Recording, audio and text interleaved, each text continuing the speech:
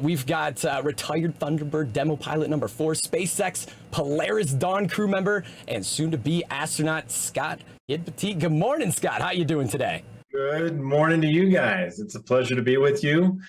We're here in Colorado, beautiful sunny day. So looking forward to talking to you about Polaris Dawn. Awesome. We look forward to talking to you too. Beautiful weather out in Colorado. I'd love to hear that. Well, Scott, welcome aboard again. It's an absolute pleasure to meet with you today. Have you here this morning. I really appreciate you taking the time. I want to take a quick second just to introduce Polaris program to anyone, with us today that, might not know what that is. Polaris Dawn is the first of up to 3 space flights in the Polaris program. It endeavors to rapidly advance human spaceflight capabilities by demonstrating various range of technologies, which we will discuss today, and conducting extensive scientific research and expanding our knowledge of humans, adapting, living, and working in space. So very exciting stuff, and much of this research also has a purpose and applicability to improve life here on Earth. You got to keep that in mind. Now, Polaris Dawn is a planned private human spaceflight that will support St. Jude. Now, we did support St. Jude during the Inspiration 4 mission, and I would like to note that we have raised $200 and roughly $43 million, I think. Awesome. Awesome. Let's go. So love to hear that for amazing life-saving work over there at St. Jude. Now, Polaris is operated by SpaceX on behalf of Shift4 Payments, which is Jared Isaacman's credit card processing company. For anyone unfamiliar with that, amazing company there. And we are scheduled to launch it likely December on a SpaceX Crew Dragon resilience capsule that will be modified for the world's first commercial EVA, extravehicular activity, or spacewalk, as a lot of people, you guys might understand it as. And now with SpaceX, with the SpaceX designed EVA suits, which we will definitely talk about, hopefully. And now Scott, feel free to introduce yourself and tell us, what is your current role at SpaceX? Absolutely. So Scott Poteet, I am currently the mission pilot for Polaris Dawn, which is the first mission of the Polaris program. The whole premise behind what we're doing with the Polaris program is to identify and test some of the developmental technologies that's going to help bridge that gap between the Falcon 9 and Dragon, and their next generation rocket of Starship. So wow. Jared will crew the first crewed Starship mission. Wow. Very similar to what NASA did with the Gemini program. So you had Project Mercury, initial space flight, and then they're trying to make this enormous leap to lunar missions and landing on the moon. So in between there is Gemini. And between 1961 and 66, they focused in on some developmental technologies that they were going to need to identify and accomplish and perfect before they could go to the moon.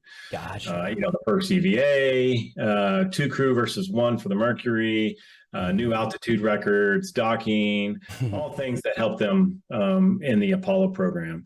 And so based on that 65-year legacy of NASA, we truly are standing on the shoulders of giants and leveraging everything that they've been able to accomplish, and we're trying to contribute and continue to push that envelope in space exploration and what we're trying to accomplish with the Polaris program. Very cool. So just like you see on your screen, I actually took the picture from the website, and then the other picture, just kind of put them together here, which looks so cool. So literally we are taking, like Scott just said, technology here from the missions that are about to happen that Scott will be embarking on later this year, and then taking that technology and then moving it over to Starship, because you can't just hop right in and jump in cold feet. So like Scott said, very, very well explained. Yeah, that is so cool. Yeah, go for it. I like your illustration here. We might have to propose this one to you. Take a Dragon, dock it with Starship, and do an EVA. I love it. There you go. Best view of a launch ever.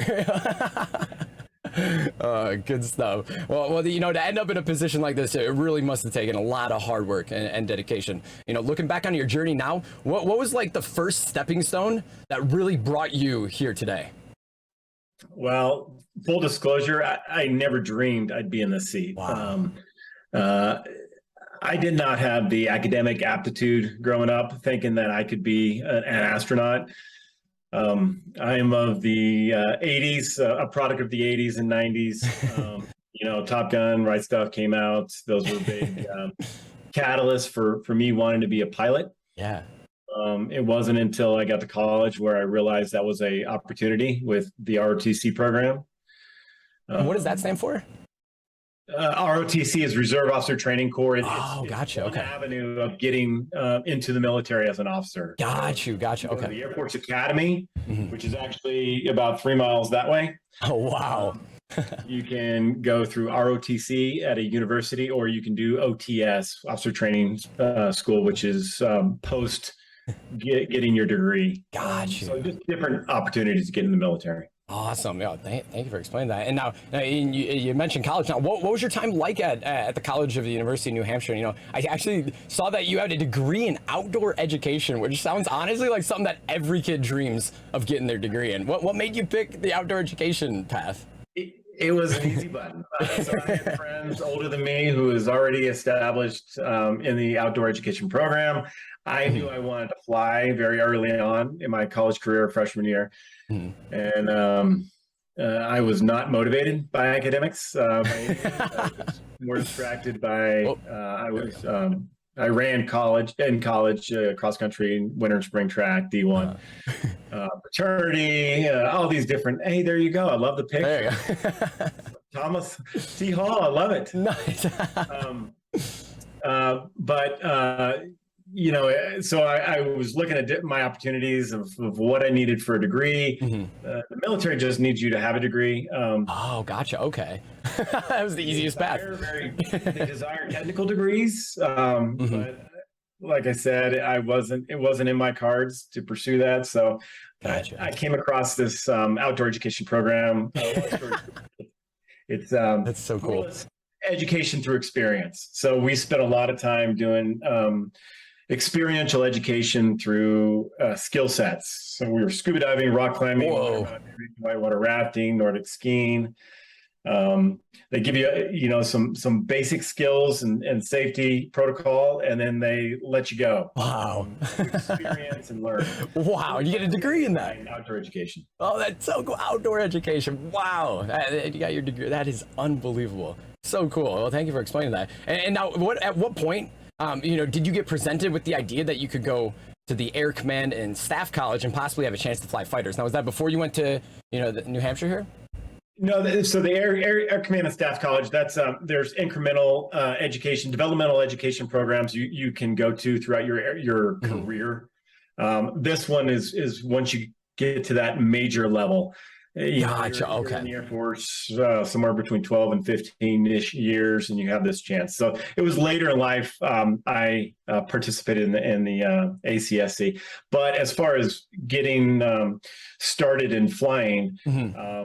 timing was good because again they look for technical degrees. Yeah. The demands started to increase for pilots, Uh-huh. so I had an opportunity to go to pilot training out of college. Oh, wow. I went to Shepherd Air Force Base in Wichita Falls, Texas.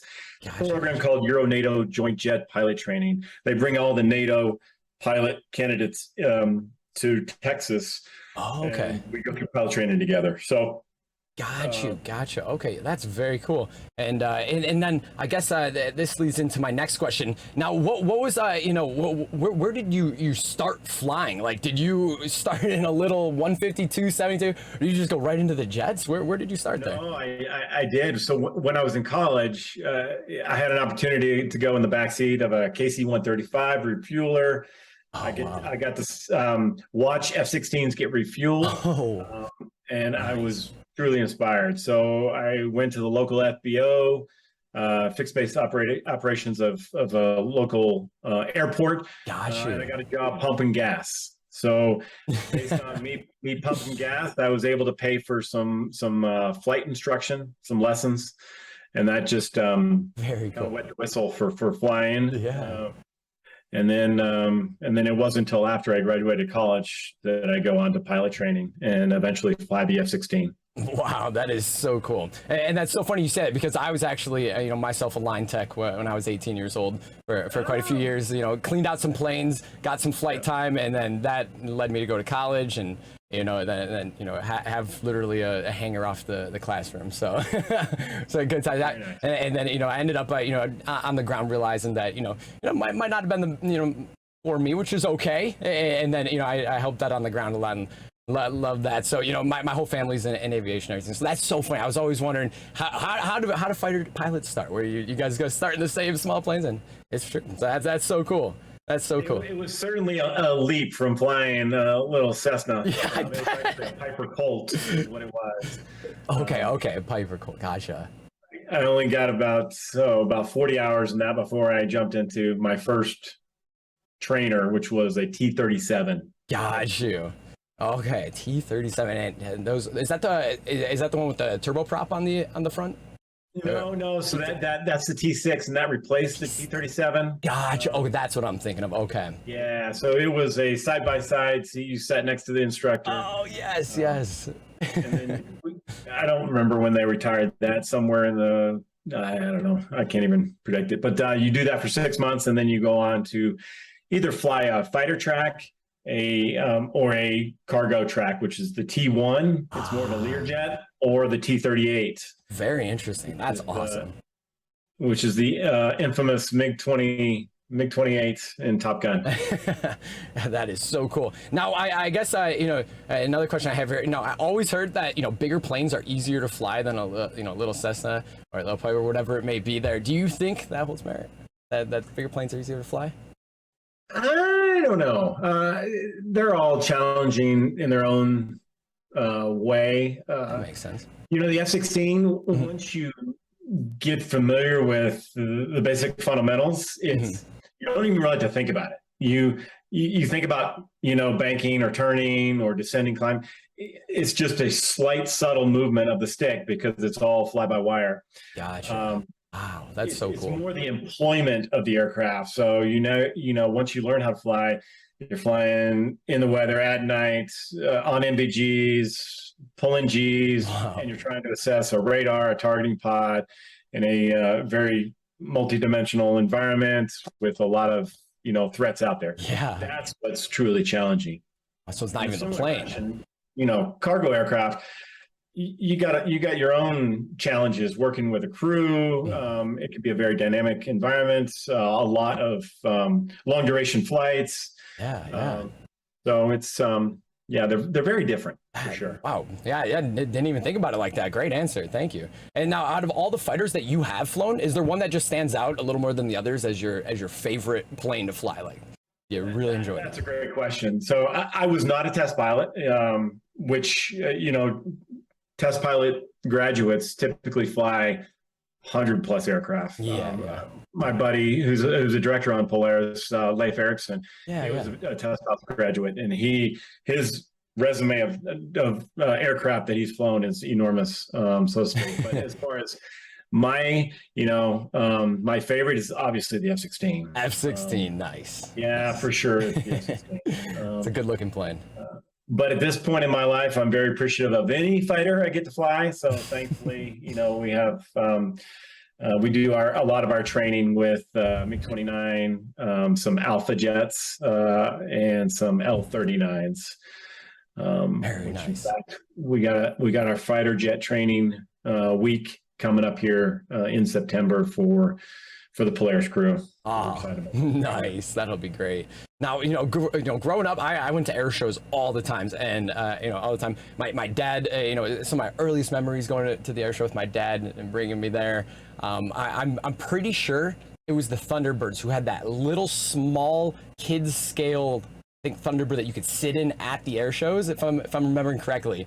And I remember thinking that plane actually flew as a very young kid. And the Thunderbirds, literally, I would look up to them like it was the most amazing thing in the world. And I still, love going to air shows, attending them. We virtually attended every day of Oshkosh, all 7 days.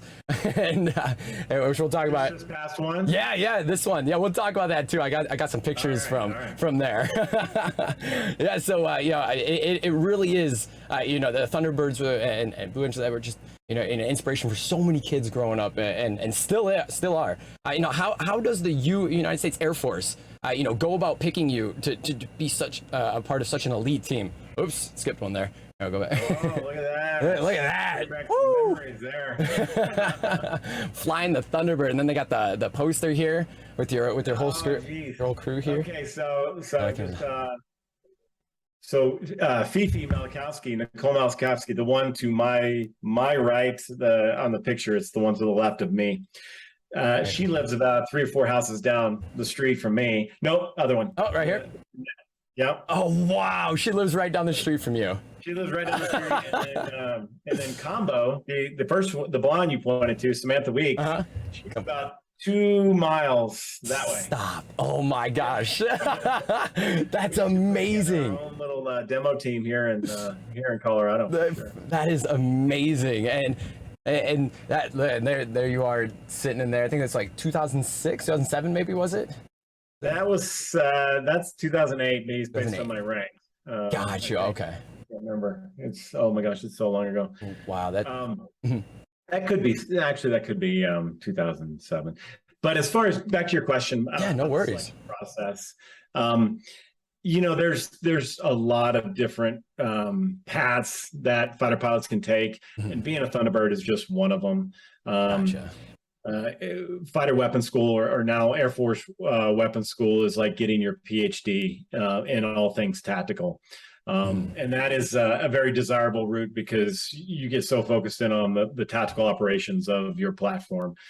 Test pilot school is another avenue that Leif went down, and that's where you kind of focus in on the developmental testing of new aircraft, new platforms, major upgrades with avionics, weapon systems.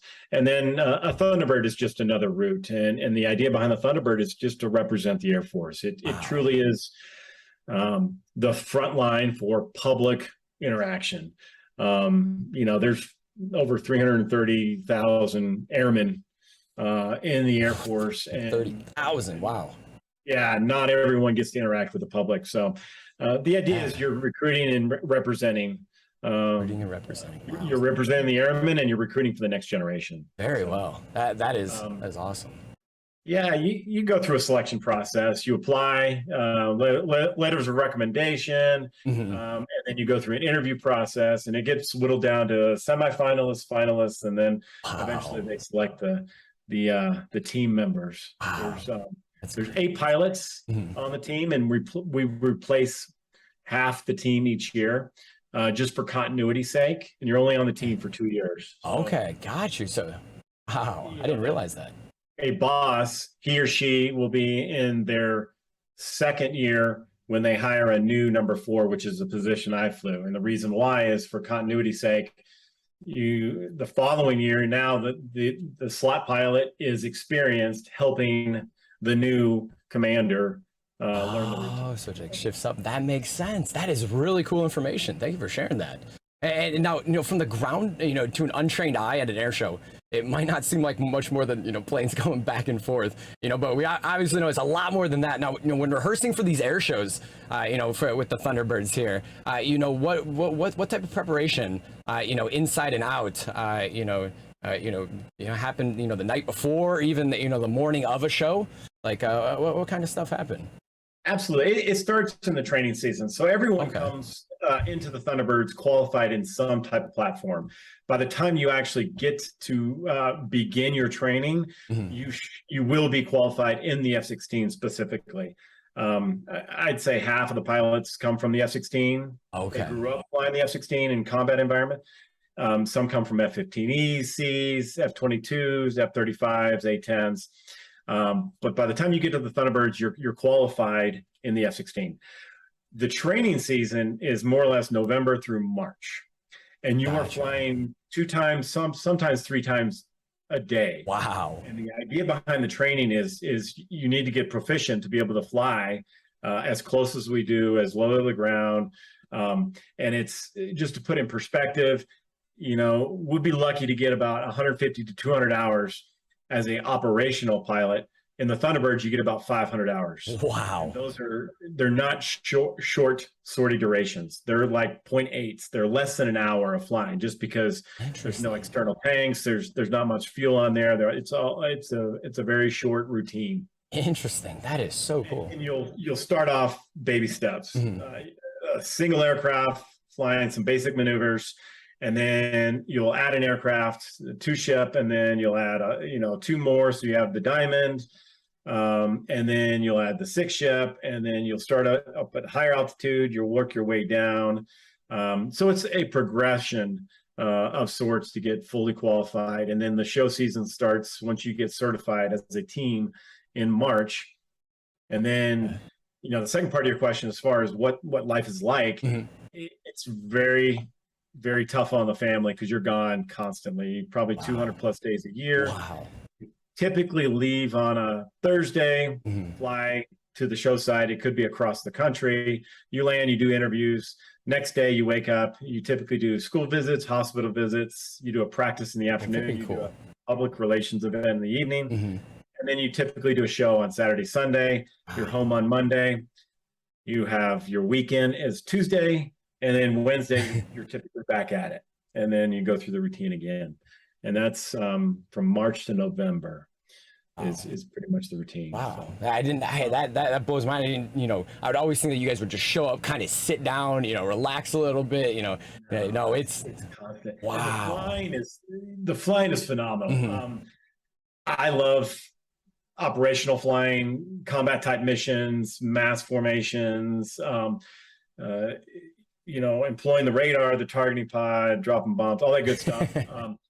But the flying involved with the Thunderbirds is pure stick and rudder. You don't spend much time, and you don't spend any time in the show looking at your radar or anything. It's all just basic formation, and you get to fly low to the ground in a sanitized container around an airport. It's just it's really enjoyable flying, and something we are fortunate enough to continue to do with some of the jets that we fly today. Very, very cool. Well, thank you for going so in depth with that. That is a great look into what it's like to be, a demonstration pilot for any of these air shows that are absolutely amazing to go to. So if you guys haven't been to an air show, make sure you guys look up a local air show and go support, because it is some amazing stuff out there. And that, I guess another question. Now, a lot of jets you fly go fast. Now we were just wondering, have you ever flown supersonic? And what's the sensation like from inside the cockpit when you go supersonic in one of these jets? Honestly, it's anticlimactic, especially up at altitude, which is typically where you do it. Yeah. You break the sound barrier because of rules and regulations around the country. But in certain training areas above certain altitudes, you can break the sound barrier. Interesting. In the old steam gauges, if you will, in the cockpit, you will see a slight, bounce of the needle once you do go through the sound barrier. But you don't hear anything, you don't sense anything. Obviously, the controls feel slightly different because you have so much more airflow going over the wings that the controls are slightly more stiff, if you will. But the true sensation is down low. When you're flying a low level or you're flying an air show and you're going fast.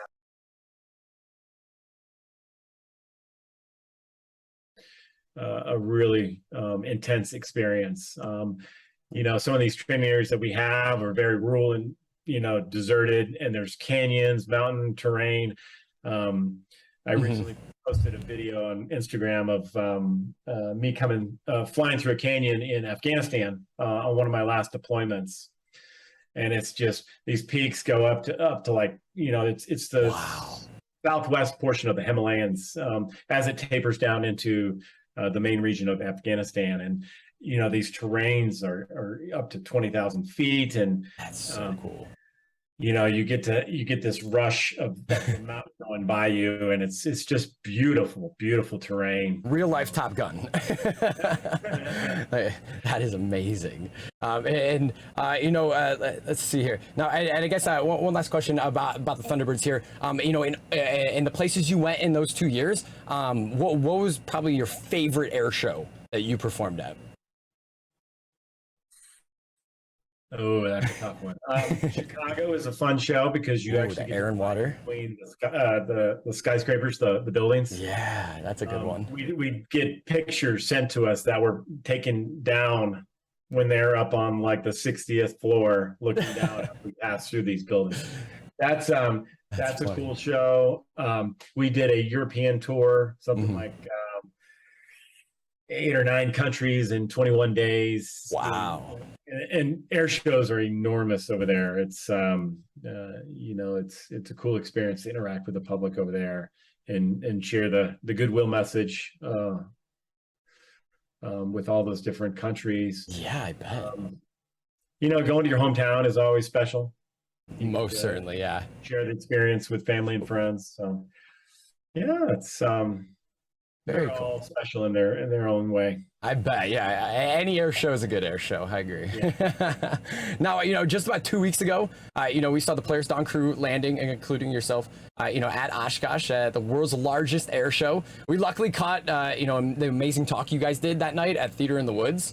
That was really fun to see you guys all together and everything. How was your trip to Oshkosh? And had you ever been there before? It was awesome. I had been there once during my stint on the Draken International experience with Jared. But it was kind of a business development type trip, very short, one day. Certainly not flying like we did. Okay, interesting. This was an awesome experience. The panel was wonderful, meeting all those astronauts, interacting with the public. And just talking about Polaris Dawn was just really rewarding. The flying was awesome. Yeah, this came with a whole fleet. Yeah, it's something that has sparked our interest to do some more flying together. The picture you see here is our arrival. Jared's in the MiG. I'm on the left wing flying the Alpha jet, and then we got a bunch of our directors. So Leif Erikson's in the other Alpha jet on the right wing. He's that test pilot. Yeah. Big career in the Air Force. And then the other two pilots are Thunderbirds as well, former Thunderbirds as well. Really? Stroker Gustafson and Slick Baum. Wow. They were on the team, the one right after me. In fact, Stroker replaced me as number 4.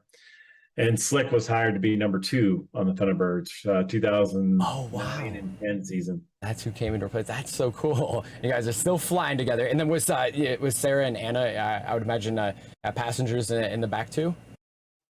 Yeah, I think I had Sarah. No, I had Anna in my pit. Oh, okay. Sarah was in the pit of the MiG.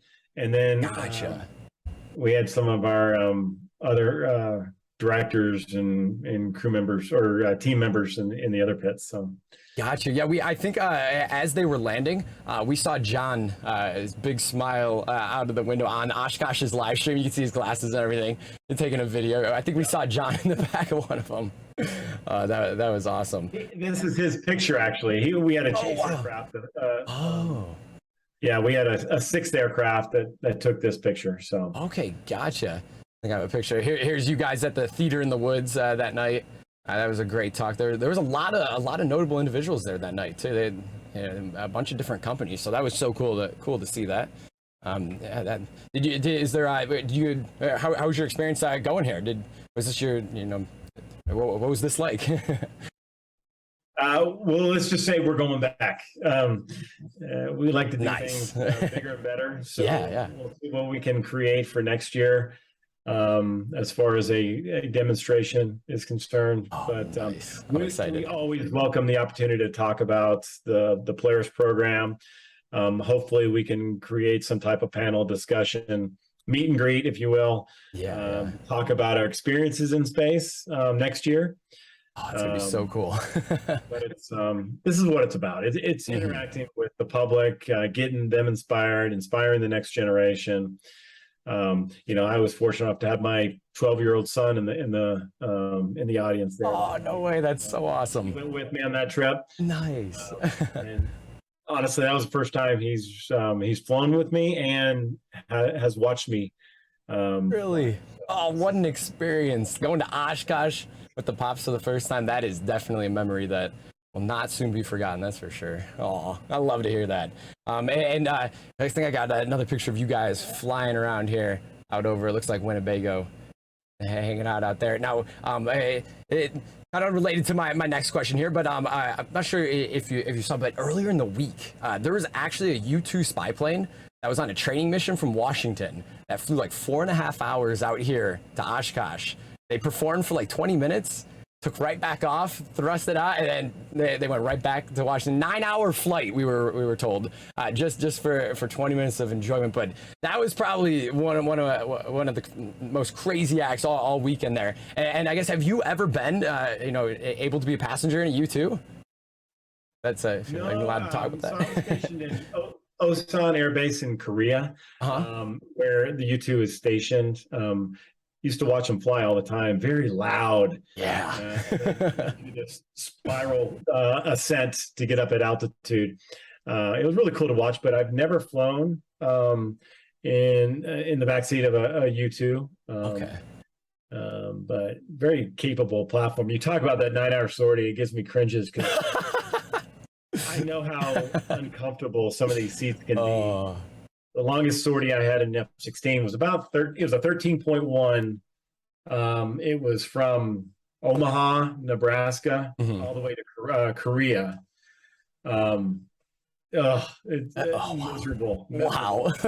At night in the weather. In fact, we arrived in Korea and there's like 8 of us flying aircraft, and the guy in front of me ends up taking the cable, which shuts down the runway. At night in the weather, and you've flown for 13 hours. So we actually had to divert to an alternate airfield. Figured out where to sleep, and you have all this classified information. It's just like a lot of memories, these long sorties. I can appreciate the pain he or she experienced flying that 9 hours. Sure did appreciate that show there, most certainly. That was, like you said, went through a lot just to give us some entertainment. That that was earlier in the week. Now, Saturday and Sunday, I believe that's when the Polaris Dawn crew performed. Friday, you guys flew in. Now, did you get to perform in any of the shows, or were you just part of the arrival crew? So I did the arrival, and then I continued to fly that number 2 left wing position in the so Alpha. That was you. Nice. I think we did like what's referred to as the arrival over the crowd, and then you come back around for a pass-in review, kind of showing the top of the aircraft, and then you come back around for a bottom-up pass, which is showing the bottom of the aircraft, and then you come up and pitch and land. Very benign, formations, but obviously it's impressive. Having a MiG-29 there is, definitely got a lot of attention just based on it's the only operational MiG-29 in the U.S. So it's a very, very cool aircraft. Recently got the entire fleet painted in this digital Arctic. So cool. It's pretty cool. That is awesome. And I gotta say that the Global Express, Jared's Global, I think it is. That is probably one of my favorite general aviation planes out there. That thing is so cool. The range on that aircraft is quite impressive. But stand there for a long time with a dead man filling that thing up. Let's see what's my next picture here. Here's you guys. I believe this was as you guys were. I don't know if it was arriving or leaving there. I got this from the Flickr here. So the beautiful picture though of you guys. The 4 crew members who will be going to space later this year, hopefully, and it's going to be an amazing sight. But look at the whole lineup that you guys brought here. What an awesome support team from Oshkosh. They were every move we made, they were there to help us along the way. Because we bring in 6 aircraft, and they're all different. So getting the fuel, getting started, parked. Awesome support that we received from Oshkosh. So we're definitely coming back. I think this was after we flew on Saturday, once we parked the MiG over there. But nice. I'm gonna have to try to make my way up there next year. I'll come try to see. I'll be like, I'm the little alien dude. You remember me? That'd be so cool. I really want to get up there next year. I actually, for my first cross country, I picked Whitman Regional and I had to go land on a dot. Like, where else do you go for your first cross country? So that's that whole dot concept. I'm like, I'm a fighter. I need the whole. I need the whole. That's funny. That's funny. Let's see here.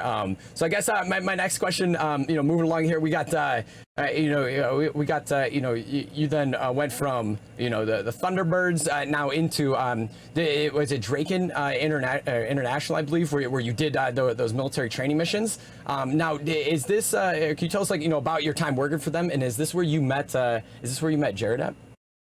So I had met Jared, on the air show industry when I was a Thunderbird, when he was just starting to get involved. Okay. He's obviously got a passion for aviation that has progressed from basic flying all the way up to flying fighter jets and formation. Gotcha. And so he was starting out, and he created a Black Diamond jet team, which was some of those pilots in that formation at Oshkosh were some of the founders of Black Diamond jet team, a civilian demonstration team. Oh, wow. Some L-39, some MiG-17s. They did that for about 2 years, and that evolved into creating this company called Draken International. Draken, okay. So to provide you a little bit of background, one of my assignments was commanding the aggressor squadron for the Air Force. There's 2 dedicated squadrons within the Air Force that their sole purpose in life is to replicate the threat and provide a training aid to the Air Force. Gotcha. Whether it's a red flag exercise or the weapons school or just independent training, you need to train against someone who is replicating likely threats, China, Russia, and how they fly their aircraft. Got you. So you dedicate, you're learning all the intelligence that we have on the tactics, techniques, procedures, and their aircraft, and you replicate that, and you're providing that training aid. That's an organic solution. Now, Jared came up with the concept of let's commercialize it. Let's provide a service to the Air Force, a bunch of retired fighter pilots who have a lot of experience at a fraction of the cost. Wow. And it was 1/5 the cost to operate, the cheapest Air Force platform versus what he was able to provide. And it was a huge cost savings. Got a proof of concept contract back in 2015 with the Air Force. Air Force was like, hey, we'll give you 30 days. Here's a basic contract. We'll see how it goes. No promises. Yeah. Well, that was in 2015. And, 7 years later, they were still there at Nellis in Vegas providing this support. And it grew into a $6 billion industry before he sold the company Draken. And when I retired in 2016, I was coming off of an Afghanistan deployment. I wasn't too crazy about joining the airlines and traveling a lot away from the family. So I reached out. I knew he was starting up this company. I had the experience of commanding the aggressors, and it was a natural fit. He hired me to work with Stroker Gustafson, another one of our directors, doing business development for Draken. As you can see there, we had a fairly large fleet. It was the largest privately owned fleet in the world. Wow. That's amazing. And we did that for a good stint before he ended up selling the company and focusing his attention on taking Shift 4 public. Wow, very cool. It was a cool experience, and we grew an industry that is very beneficial for the Air Force, the Navy, and the Marines. Thank you for doing that. That is awesome. That is so cool.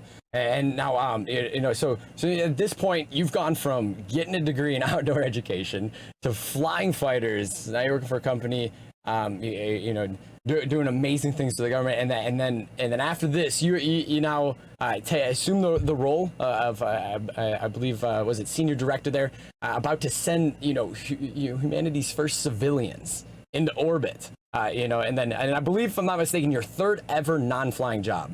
When did it all sink in that you've joined something so incredibly historic? Right. So there was a short stint there where once I left Draken, I worked for Jared in Shift 4 as a VP of strategy of investor relations. Okay, gotcha. But I'm a fish out of water. Thankfully, he got into the space industry, and put me in charge as the director for the team on the ground. That's so cool. That was late 2020. And we really didn't know how we were going to tackle this endeavor. Jared knew he wanted to make this a significant, rewarding, and continue to move the needle for all things space exploration. Yeah, so certainly.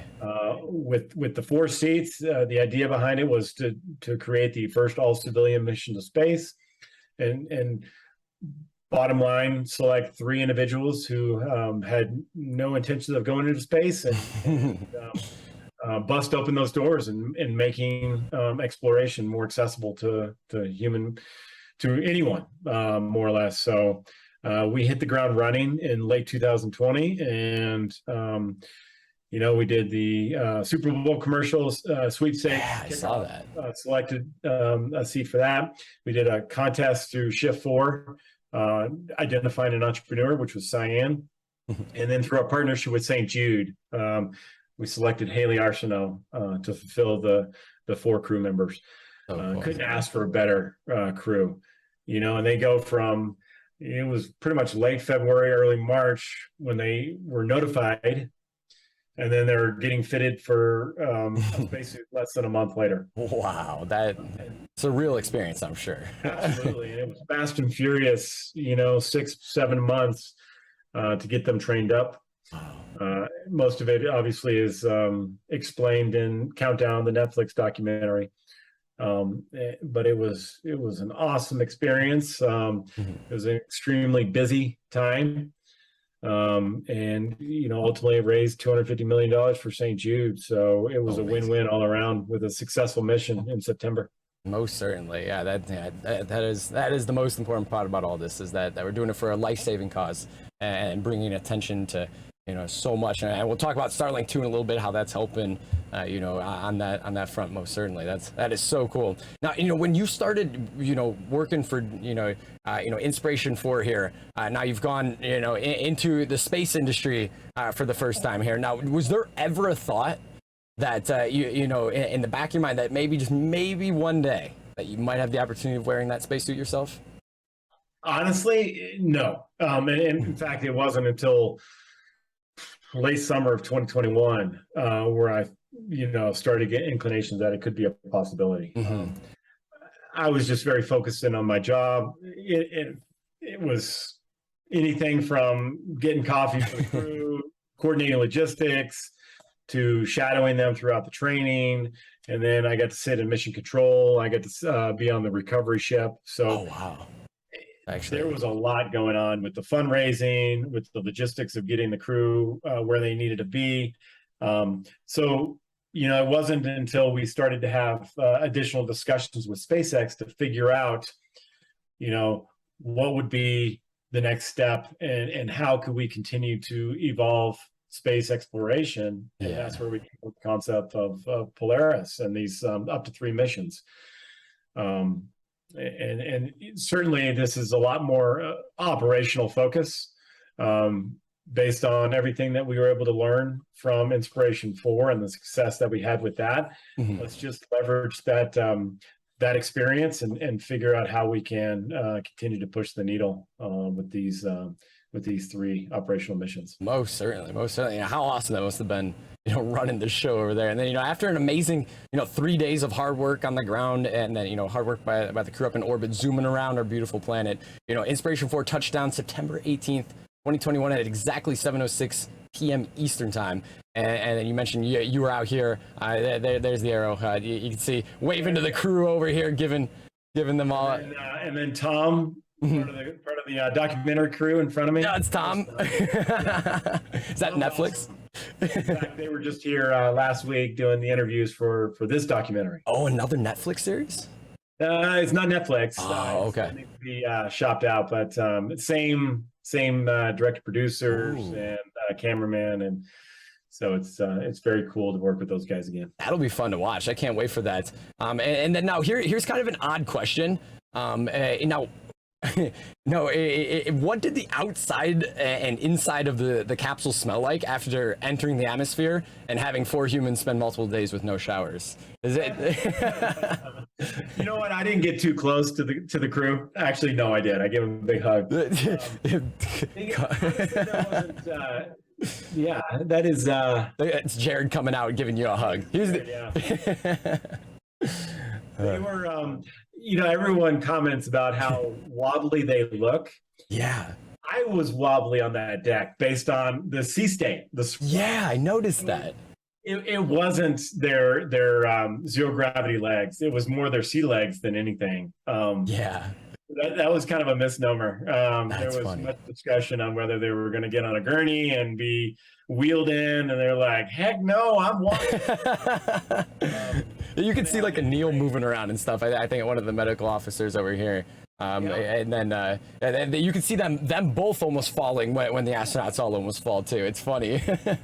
What an awesome crew! That whole experience, being up on the deck, and then we're out there for a couple hours in anticipation of their arrival. Crew is awesome. The ones so out cool. there on the jet skis and the boats and the recovery, they're all retired special ops, PJs, military backgrounds, jumping off boats, into the water, onto the capsule. They're such a awesome team to watch. It was just like, get out of the way, let them do their thing. It's down to the minute, orchestrated and coordinated, and how they get the capsule up onto the deck and get the crew out, medically assessed in the room, and then back on the helicopter for the reunion.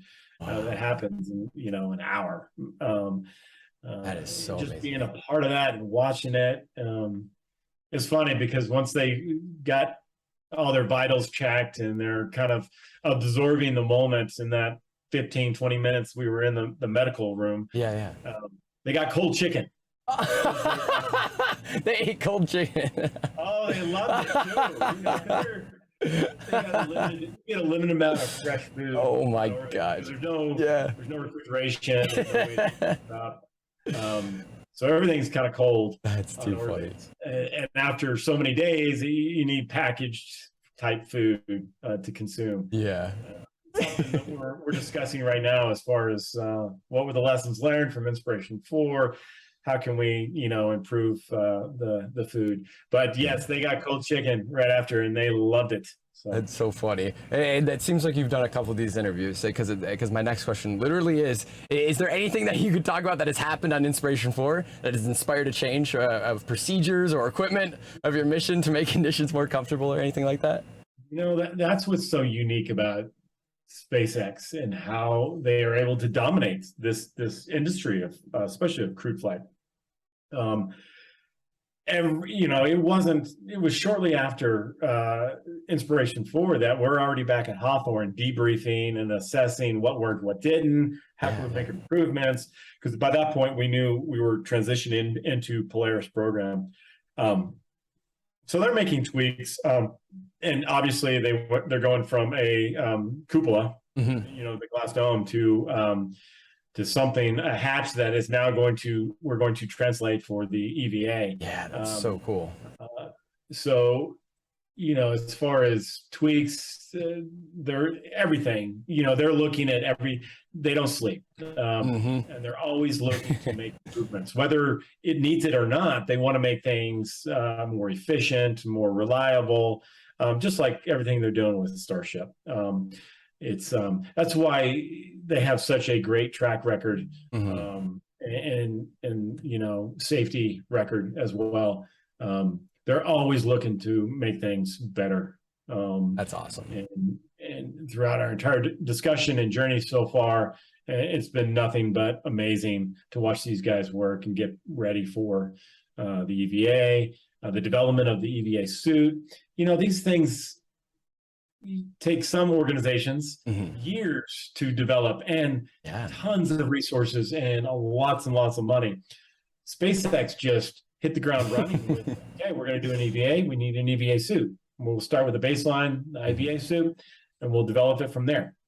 And they've gone through so many different iterations, Every time we go out there, we get a update, take a look at the latest suit, how they're developing the mobility joints, the various layers of thermal, some of the tweaks on the technology of just really cool stuff that I'd love to share, but I can't yet. No worries. But it's definitely coming along, and it's they're continuing to move the needle. And this is the first iteration. This prototype suit will set the baseline for suits to come in mass production, where we can all experience it on the surface of the moon and surface of Mars. So cool. That is awesome. And now, about the capsule there too, that you guys will be having an EVA out of. Last time I heard, the plans were to use Resilience, the DM1 Inspiration 4 capsule. Is that still the plan? That is the plan. The plan. Awesome. Okay. It's set in stone. I know it's been shared in past, so I don't think I've violated anything. Based on the schedule, that is the intent. Awesome. Obviously, certain modifications have to be done to the capsule to be able to handle bringing it down to vacuum, because there is no airlock like you have in the ISS to make a translation to go outside. This entire capsule will be brought down to vacuum, so there's certain modifications that we're currently working on, and that will ultimately set the timeline for the launch itself. Gotcha. And I'd heard that at one point there's going to be something like a bunch of tanks and stuff down here. Is this going to be like almost filled down in the cargo area down here, or will there still be room and stuff?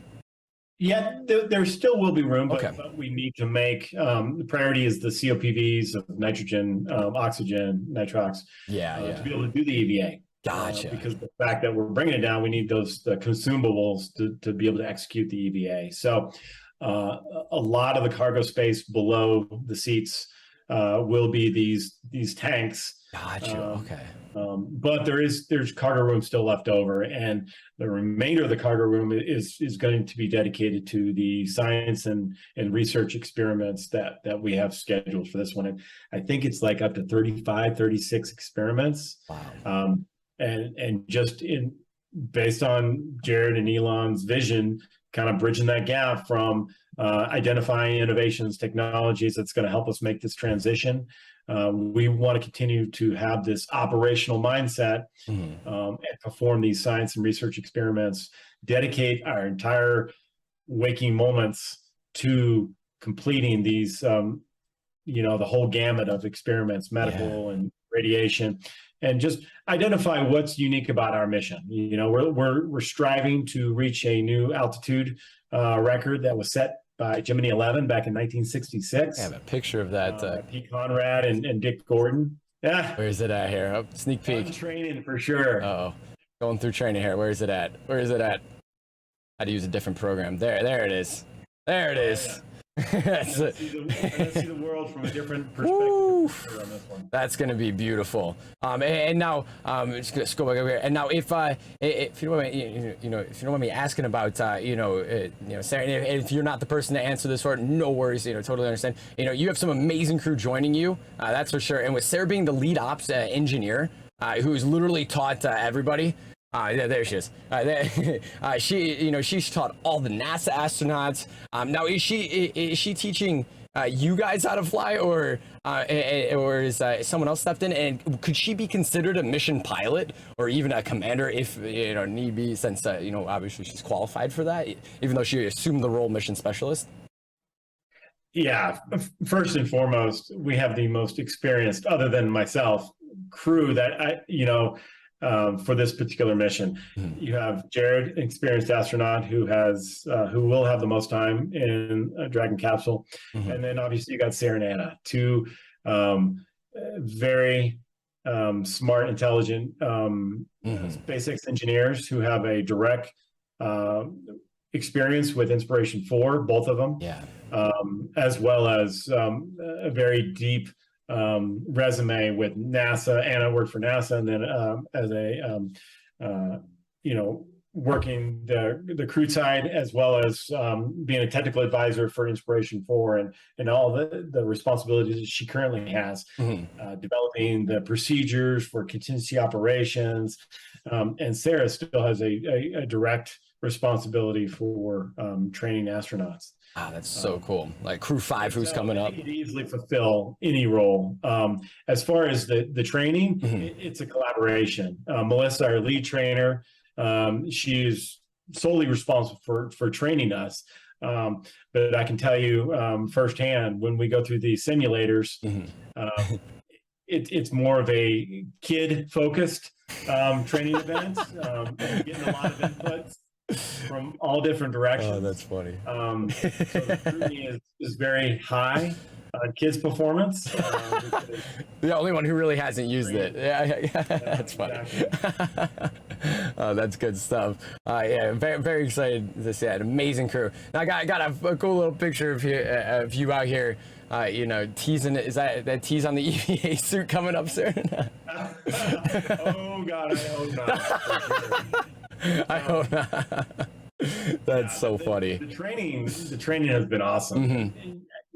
I kind of break it down into 3 phases, if you will. We got the basic fundamentals, the simulators, learning the systems, the avionics, the contingency operations, checklist procedures, a lot of simulator training for that. Phase 2 is kind of more of the specialized, and that's what we're starting to get more into. EVA training. We're looking at a suspension system to do some of that zero-G simulation. Wow. Okay. But everything that we're planning on doing objective-wise for this mission, we're kind of focusing on that phase 2. Phase 3 is some of these images that you're seeing is more of the teamwork, as well as working together to become comfortable in uncomfortable scenarios. Climbing a mountain, side a mountain. It's very similar to what Jared experienced in space. It's an austere environment. You're in close quarters. The food might suck. You're dealing with altitude challenges. So that was a great experience. The scuba diving, again, another scenario where there is calculated risk that we got to work together and get more comfortable. And recognize what everyone's strengths and weaknesses are. And then we got more coming up. We got our training. So cool. We got training next week after. Starting to do a little bit more.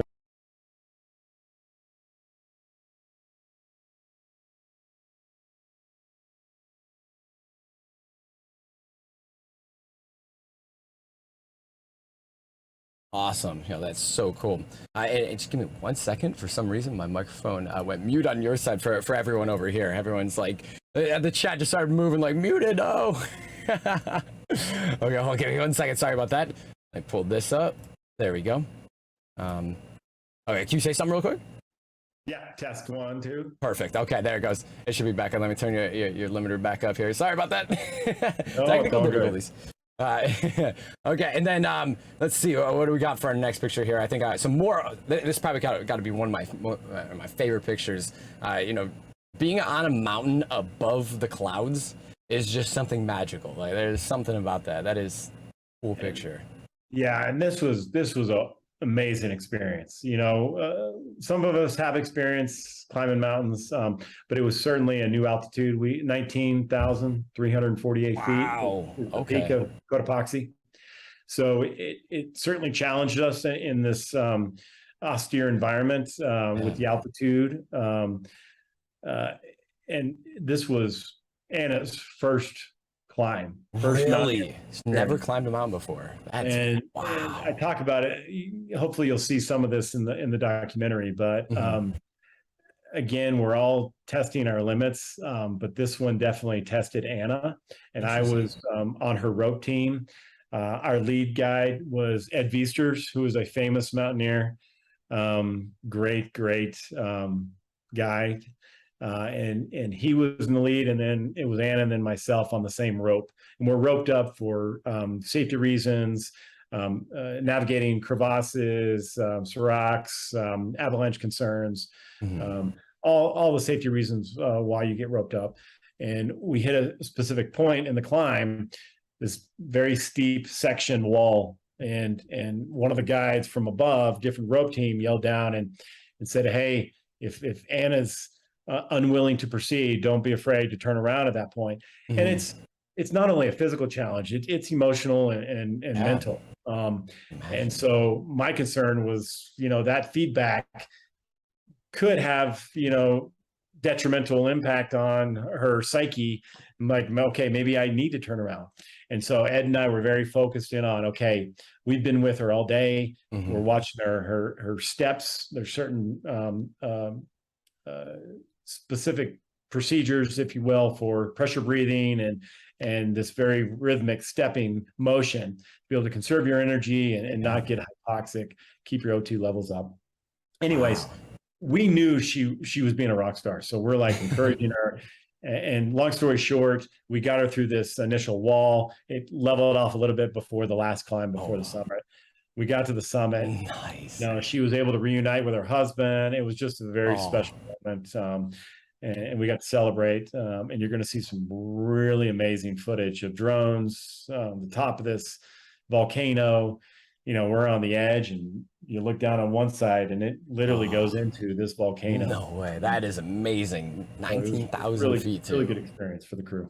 Yeah, that and like you said, yeah, putting people in a very, uncomfortable situation. I think, as Jared used to say, it's a way to learn how to be comfortable being uncomfortable.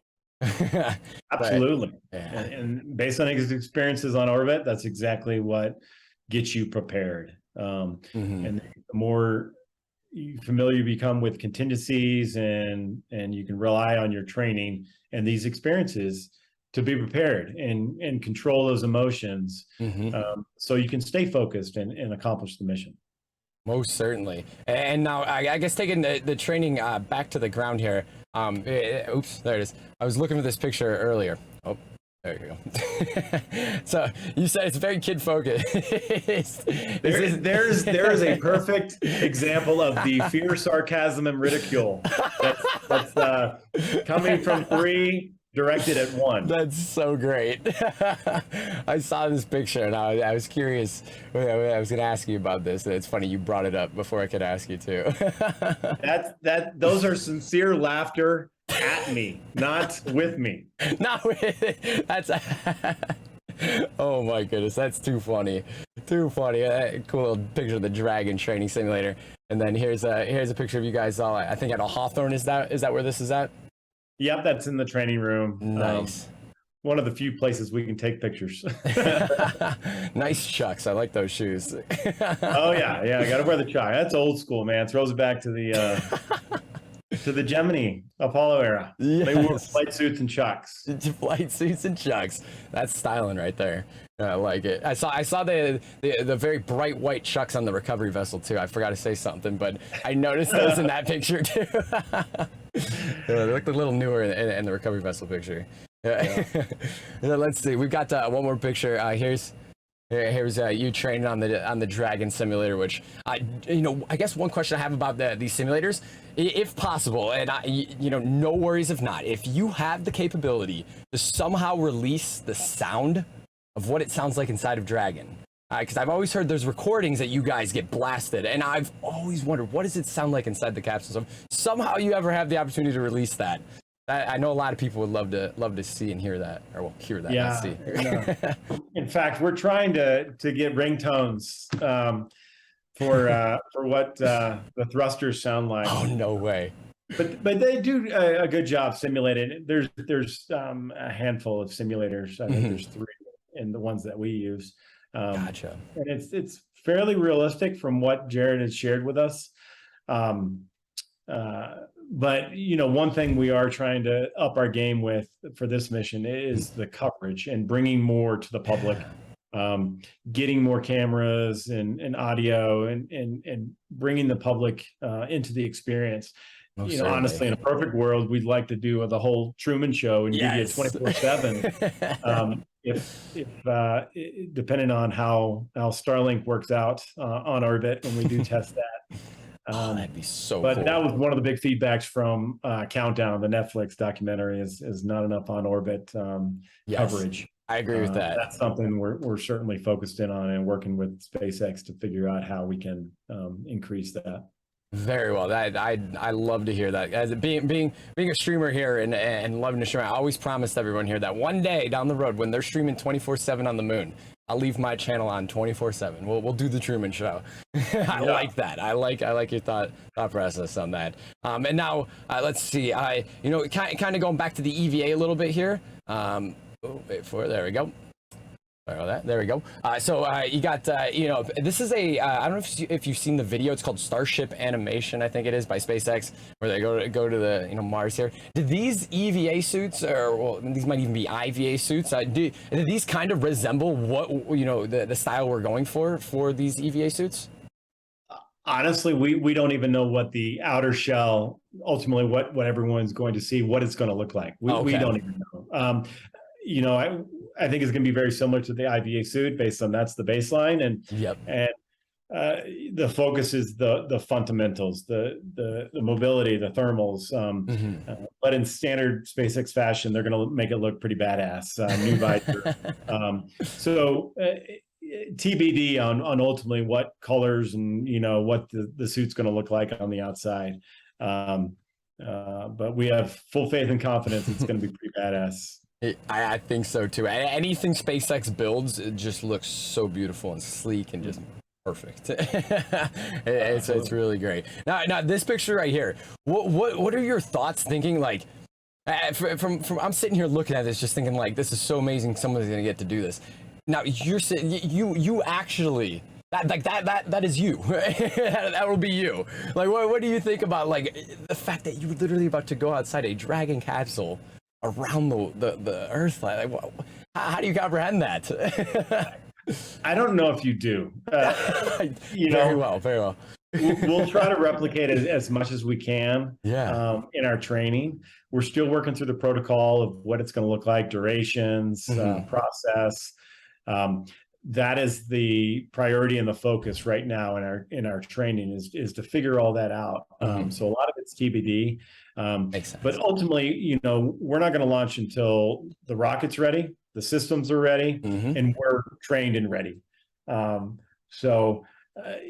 Hopefully we have enough of these experiences to prepare us for ultimately what it's going to feel like to execute this EVA.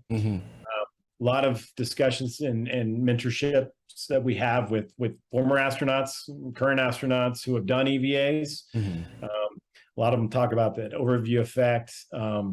We joke quite frequently about my fear of heights, but they say it's more of a fear of gravity than heights. And once you do have that sensation, there's no fear. Wow, that's a great way to put it. More of just an awe experience. Seeing what the planet looks like from ultimately whatever we end up doing this at 700, 800 kilometers. It's going to be an amazing experience for all, for sure. Wow. Yeah, and you, like you said, you got the whole SpaceX crew. You got other companies. I'm sure, and you got the whole world behind you on this. The smartest individuals on this planet that is going to make this happen. And I've got a lot of confidence in the whole team. That thousands and thousands and thousands of people. So cool. So you and me both, brother. I mean, this team is brilliant. And we saw it from day one of Inspiration 4. And it's the reason why we're here today doing Polaris Dawn and why we'll be here in 2, 3, 4, 5 years, whatever, down the road, doing more missions, because we believe in the vision of what Elon has created and SpaceX continues to produce. They're breaking records daily with the number of launches. We're very blessed to be a part of this partnership. Most certainly. We're loving every minute of it. I will never, ever go back to a day job. That's for sure. I love to hear that. That is so cool. And I got a couple pictures here in relation to the EVA. Got some Gemini pictures here. I got one right up here, Ed White. Hey, look at that. Nice. Yeah, great pictures. This is so cool to see. And then Do you know, just curious, no worries if not, and probably to be determined, but if how far away is the tether going to be? Are you going to go for like this far? You go floating? We're still working through the protocol as far as the process and what it's going to look like. And one of the challenges is just duration. The capsule is only so big. There's only so many canisters, those COPVs that we can fit into the cargo, which will limit the duration. Yeah. So once they figure out, the limitations, will create the protocol and the procedures of how we're going to actually execute this EVA. Gotcha. You got to make the equipment before the envelope it can be made. Yeah. That makes sense. Okay. Gotcha. Yeah. Very well. And then you kind of touched on hopefully we're definitely putting in a request for as much live footage as possible. And I know you're on board with it. So hopefully we can get some great live footage. You answered all those questions with that. I appreciate that. And you want all that footage too. Yeah, they're coming up with the technology to be able to capture as much as possible of this EVA, so we can share it with the world. That is awesome. Now, with Starlink internet, hopefully, coming to all spacecraft at some point, playing games online, with someone at like 17,000, moving 17,500 miles on the space station or something like that, might not be so far. Have there ever been thought about trying to install like a PlayStation or Xbox alongside it, like the avionics and then send the video to the main displays? Hey, I think anything is possible when you talk to SpaceX. True. We got to start with baby steps. So if we can just kind of focus in on the connectivity and see what's in the realm of possible. Yeah. Hopefully, we'll be able to FaceTime or be able to communicate with lower latency and more broadband with the Starlink terminal that they're currently modifying. But it's important, and it's the reason why we're partnering with St. Jude, and we'll continue their mission to be able to provide that connectivity around the world in developing countries. And in the space world, it's critical for long duration space flight.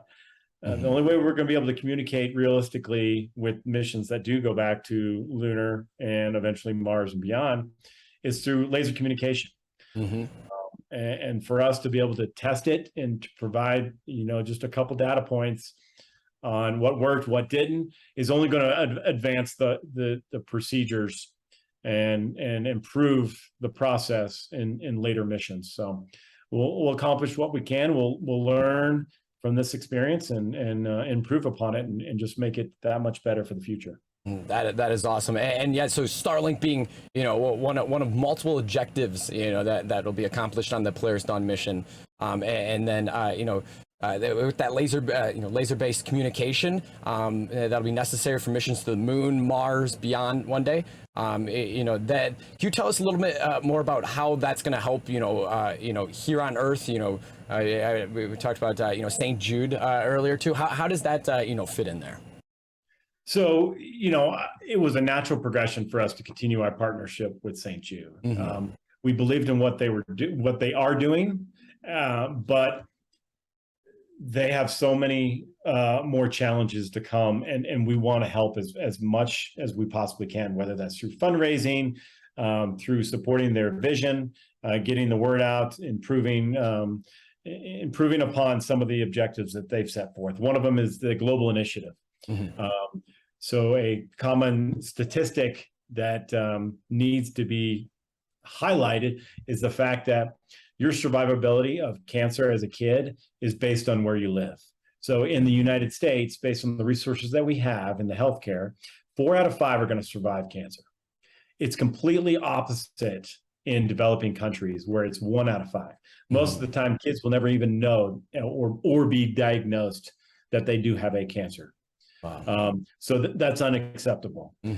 So they have this global initiative where they're trying to improve the diagnosis of kids in developing countries, and B, get the resources out there, whether that's through telemedicine or just medications spread around the world.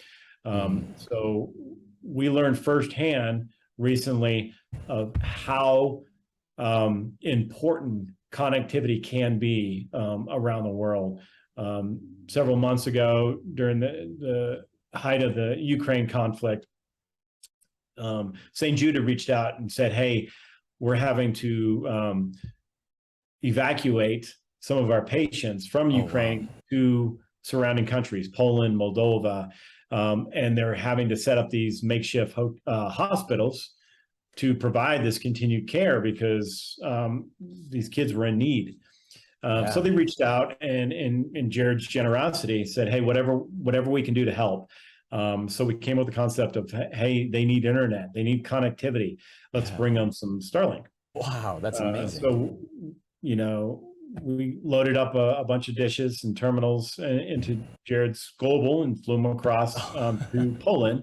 Wow. And handed them off to St. Jude.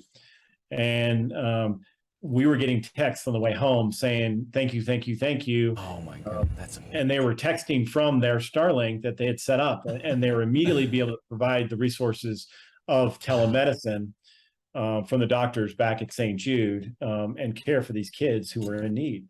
And that's just one very, very small, tiny example of what we can do. And it boils down to this technology that SpaceX is able to create and generate with Starlink. And the more that we can test it and get the word out through our mission, the more that's going to continue to help their causes here back on Earth, as well as improve the technology for future space exploration. Yeah, most certainly. That is so great. Starlink is truly doing some amazing things for just so many people, and it's just only going to get better from here. So I'm so happy to see what Starlink has been able to provide, and this is the next step in that journey of bringing the Starlink one step further than where it's at right now, which is so cool. Now another mission objective that's going to be orbiting through portions of the Van Allen radiation belt to conduct research on radiation to better understand the effects of spaceflight and space radiation on human health. Now that's going to be flying higher than any Dragon mission to date, and endeavoring to reach the highest Earth orbit to ever fly, highest Earth orbit ever out of any mission. Now, what is the latest say on your apogee and perigee? If you guys know, is it still 1500 by 800? I think it was last time. So I think they're still working on the profile, but right now looking to achieve a new record, which is around 1400 kilometers. Okay. Highly elliptical. So on the backside, 190 will be the 190. Okay. Perigee. And then we will do several orbits of that. Mm-hmm. And then we will bring it down to somewhere around 700, 800 kilometers on the apogee to be able to execute the science and research, as well as the EVA at those lower altitudes. We are hitting portions of the lower Van Allen belt. We will have some radiation experiments that we have planned, but safety is the utmost concern. And so they have gone through very intense analysis of radiation exposure that it's equivalent of a pan scan. You get in a car accident, you're taken to the ER, and they're going to do a scan. And these doses are based on how many orbits we have planned. It's less than one pan scan. Gotcha. Okay. And obviously there's the humans concern, and there's also the impact to avionics. That too. Cycling, power systems on the computers. And so they'll continue to do analysis on that just to see what the impact is. But that is the plan. And then once we bring it down to that lower orbit, that's where we'll spend a majority of the time, and then eventually do the EVA in the latter portions of the mission. Gotcha. That is awesome. These things have to be done to one day go further than we have before. So it's so amazing. You're at the front lines to help with that, and doing this for humanity, which is unbelievable. So thank you. That is so cool. And then I guess you're going to continue to develop from the lessons learned, not only from Inspiration 4, but upcoming Polaris Dawn missions. What type of objectives are being considered for Polaris, the second, the Dawn 2, whatever you guys call it, that maybe you weren't able to fit into this mission that you guys can talk about, if any. So we're still working through objectives for the follow-on missions. Okay. obviously our number one focus is this mission and safe execution. But we will certainly leverage everything that we learned from this mission and develop it and continue it into mission number 2. So nothing specific has been identified. Okay. A lot of different concepts are being pitched, collaborations and firsts, and ultimately continue with the theme of recognizing and identifying innovations that's going to help that transition. That's what it's about. It's about pushing the envelope safely, but furthering the cause to get us further out there, figuratively speaking, in space exploration. Because eventually the floodgates are going to open up, and that we're all going to be, boarding flight XYZ on Starship, heading to the moon, heading to Mars. And hopefully we've identified and we've helped develop some of these technologies that's going to help that vision. That's amazing. And I know we got to take the first step before we can take the second step, or even the third step. But that third mission for Polaris, the Polaris program is set, to be something very special. It's going to be the first human space flight on Starship, the world's first fully reusable transportation system designed to carry both crew and cargo to Earth orbit, the moon, Mars, and beyond. And now, what are your thoughts? That there might be a possibility that Jared and yourself could be the first 2 to fly Starship. That would put you next to Alan Shepard, John Glenn, John Young, Robert Crippen, Doug Hurley, Bob Behnken. You guys could literally be the next 2. What are your thoughts on that possibility, being there? Well, Jared and Elon, these are the visionaries that are making this happen. He will crew that mission. We got a long road ahead of us to make sure that is there's safe execution of that first crewed flight. But it's inevitable. It's going to happen. They're doing the static fires down in Starbase. I love hearing the news each and every day. It's they're furthering the cause and evolving the process. It will be a first, and it will be a historic moment for all of us to witness. Unbelievable. But it's everyone's going to be a part of this process, and it's going to be it's going to be a first. But as I mentioned a few minutes ago, it's going to be a floodgate, and it's going to open up all of these doors. And we're just fortunate enough to be a part of this process, and we look forward to the journey ahead and working with SpaceX on this endeavor. It's going to be so awesome. After learning a little bit more about you, putting this interview together, talking with you today, I think they'd be making a mistake not have you as first officer aboard the inaugural Starship. If you need a reference, I got you. I love it. And just to recap, Polaris Dawn, the first of up to 3 space flights in the Polaris program that endeavors to rapidly advance human spaceflight capabilities by demonstrating new technologies, conducting extensive scientific research, and expanding our knowledge of humans adapting, living, and working in space. Much of this research also has purposes applicable to improve life here on Earth too.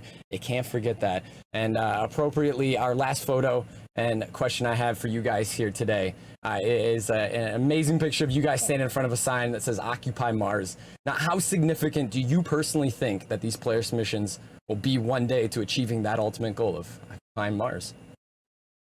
I think it's just a small sliver. When we look back 10, 20, 50, 100 years from now, it's going to be a small sliver. And there's a lot that has occurred, that is occurring, and that will occur to get us to this point where eventually someday someone will step on the surface of Mars.